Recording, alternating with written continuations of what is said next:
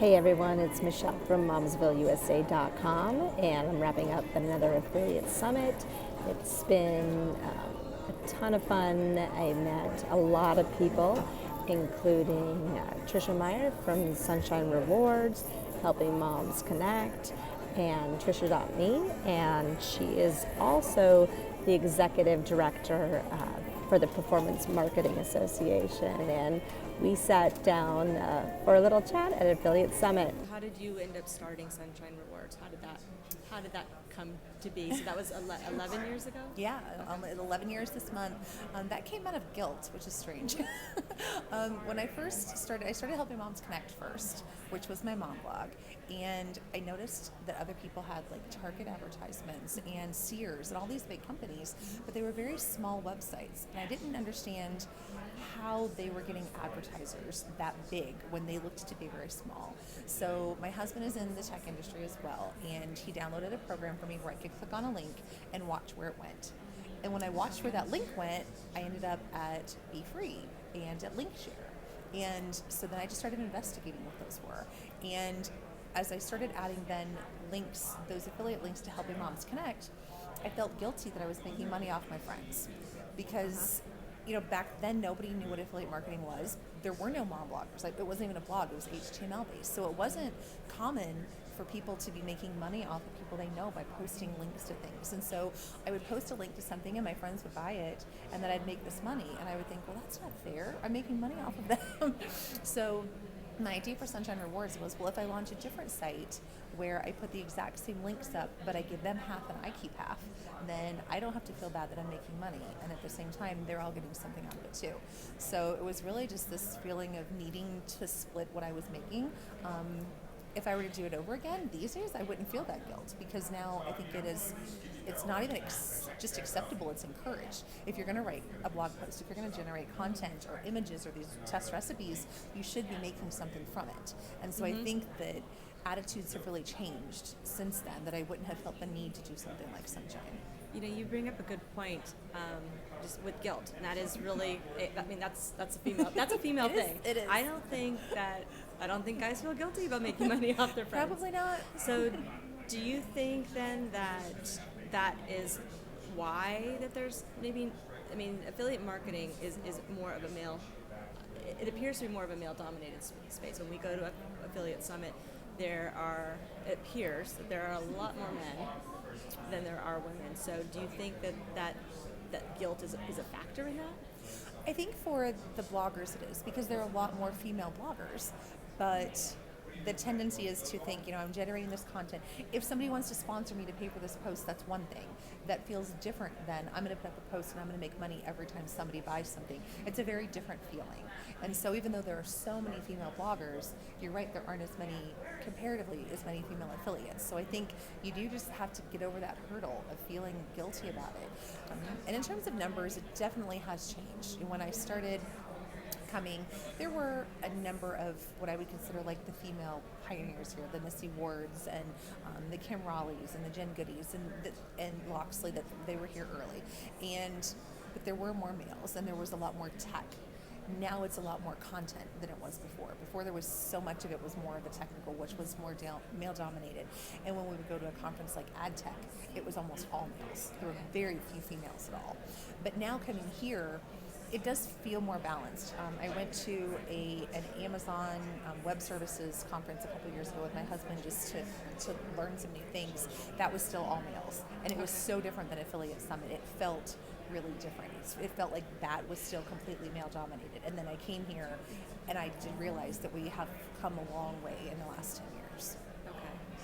So what would you, do your counterparts treat you differently? Did they treat you differently when you started compared to how they treat you now? Yes, and the one thing that I often would get, and I sometimes still get now, is I'll be in a meeting with somebody and they'll feel the need to start explaining to me technical things. They'll say, well, you don't have to worry about that. That's something that, you would do behind the scenes, or, you would get this thing called an API if you wanted to do that. And I kind of look at them, I'm like, do you think I don't understand this? I understand every single aspect of my website. I may not do every bit of the programming myself, but I understand everything. I understand how we pull via the APIs. I understand how we do post batch kickbacks to give people their cash back. I understand how the coupon feed and the product feed process works. I'm integral in all of that, and they always assumed that I did not. I can understand that because as a blogger, and also being relatively new to the affiliate space, I get it when they're talking these logos, my head just kind of, you know, my eyes want to roll back in my head. Like, what are you talking about? Can you talk not in text speak to me, because I will understand it. Mm-hmm. But Yeah, and my mom is an affiliate manager, and she said one time we came to Affiliate Summit and she was talking to somebody and they just assumed she was a blogger. And they were talking to her as if she was a blogger. And finally she said, "What do you think I do?" And they said, "Well, you're a blogger." And she said, "Why?" And she said, "Well, because you're a woman." And she was like, "I'm an OPM." I am not a blogger. It was just assumed. Right. If you're a woman and you're in affiliate marketing, then you're probably a blogger. Like, okay, that. and she was really offended by that because it just meant that stereotyping of, you know, oh, so we're all, if you're here, that's all that you do. You can only blog. You're not learning all these other aspects of the programming or the feeds or all those other things that are a part of affiliate marketing as well. Okay, so then what would you tell a woman who wants to get into the affiliate space, or maybe they're doing more sponsored posts, is what you're saying, and rather than selling a product. And so what would you tell a woman who wants to get into the affiliate space? I mean, what would your top 3 tips be? Top 3 tips for getting into the affiliate space. And succeeding. And succeeding.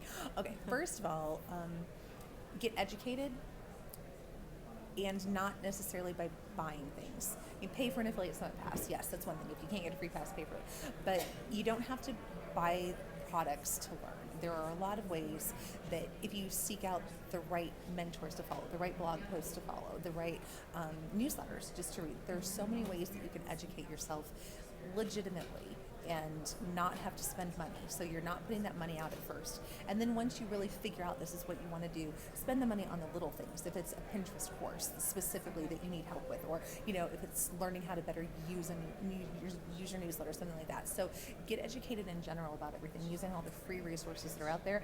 Then spend your money very specifically on the things that you realize that you need to cultivate. 2 would be networking, because you will not be successful in affiliate marketing if you don't network.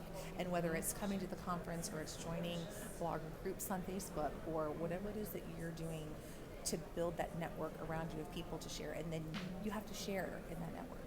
You can't join or show up at a conference and sit and just listen to everybody else talk. You have to be contributing too. And even if you feel like you don't know very much yet, you can still contribute ideas, and you can still be a part of the conversation as well. And by then sharing, other people will share more with you, and as you build that network, that's the way to build your business. Okay. And the 3rd tip I would say is to be open to different possibilities. You know, you might think, I have a blog, that's my thing, I write content, so I just want to do banner ads, or I only want to do text links. Mm-hmm. But think outside that. Think about some of the other technology where maybe you're automating having coupons through FMTC that automatically refresh themselves every time somebody refreshes the page, or looking at some of those other technologies to make money, other things to add to your site. So don't think, you know, I write blog posts and I use these specific, I only use text links, or I only use banner ads. Okay. Really look inside the networks and look at all the different types of widgets and the different ways that you can monetize that content, so that you can automate more. And as you learn about those things, it'll give you new ideas of how to make money. So you're not really limited to just that small scope of write a blog post, include a couple of affiliate links, and then hope that somebody clicks on them. Be open to all of the different ideas out there. So would you recommend that you find a product, or would you recommend that you write your content and see what you're passionate about, and then find a product? Or would you recommend that you go and figure out who your audience is and tailor it for them? For your first posts, write what you know, because it's just the easiest way to learn to monetize. So, you know, I use the example of this bowl that I have because it's my best-selling product on Happy Moms. It's a salad bowl with a salad cutter. That's all it is. My husband got me this salad bowl with a cutter to make salads like Subway. Okay. And And I wrote, make salads like Subway. And I wrote this blog post. And I included the Amazon link to this bowl because I loved the bowl. And now I sell more of those bowls than anything because my passion came through. And it was an easy leap to make from I'm writing this post because I really love it to I'm writing this post because I love it and I think everybody else needs one. And then once you make that leap personally, then you can start thinking, okay, well, if that sold, what are other things that these same people might want to buy? Okay. And then the step after that is, okay, so what if I just want to make a really profitable site and I don't even care all that much about it? Now I want to look at what kind of things sell really well and have high commissions and start a site specifically around that one thing. So you kind of take the progression of starting with what you're passionate about, then what your audience is passionate about, then what's just really profitable. So, I mean, that makes sense. I mean, it seems so intimidating, but it doesn't need to be. Right, not at all. Are there any legal challenges that I mean, you were an attorney before you started your business and blogging. So are there any legal challenges that you think that yes. bloggers might face when they're starting out? I mean, I know that as you get more and more into it, I mean, it just keeps piling on. Yeah, there are definitely a few big ones. The first one is the images. Not using an image that you find somewhere else, even if you see everybody else using it. Even if you see the image on Flickr, it could be that they have taken that image from a stock photo site and uploaded it. So you need to be absolutely sure and have in writing, if you get an image from anywhere else, that you're able to use that. So it doesn't matter who else is using it. It's not, well, I found it using Google Images, so I'm allowed to use it. More bloggers get in trouble for using images, and then it costs a lot of money. Even if you didn't do it on purpose, even if you made $0 off the blog post, you will still have to pay for using that image. So we have gotten hit with it on the wine club site one time, just for using what looked like a normal image that everybody else was using. There was no kind of copyright on it. We found it on Flickr. I mean, it was, and we pointed to other sites that used it. We had a license for sites for other images similar to it, and they wanted thousands of dollars for a use of an image on a post that never made any money. Well, would putting a courtesy cover that? No. And attributing it. No, even if you're attributing it, they can sue you for it still. So unless you get permission from them, if you say to them, I would like to use this in the post, I will link back to you, and then they email you back and say, yes, that's fine as long as you give us the link. But you can't just take it and assume that you can use it, because otherwise you can still get in trouble. Unless, of course, you buy it from. Right. Okay. Right. So I always recommend, if you're going to use stock images like that, just buy them. You can get them for like 50 cents each or even less, by buying packages. So if you're going to do that, if you're not creating your own images, buy them and pay that little amount of money now, so that in the long run you're not having to negotiate with lawyers for thousands of dollars. Second would be FTC disclosures. And that's hard for a lot of bloggers because they don't like to say at the beginning of the post, I might make money off this post. Right. Nobody wants to say that because then you assume that people are going to stop reading at that point. People don't stop reading. People still buy millions of dollars worth of stuff through blog posts that have disclosures on them. Okay. The key to that is the disclosure has to be before you link out. So it cannot be at the bottom of the post. The FTC has said it absolutely has to be above any link. So you have to tell them before they might click out of your site that you have a relationship with that merchant. So it can be in your own language. It can be, it can say something about sponsorship or advertising or partnership. They don't say exactly what it has to say. So you put that in your own words.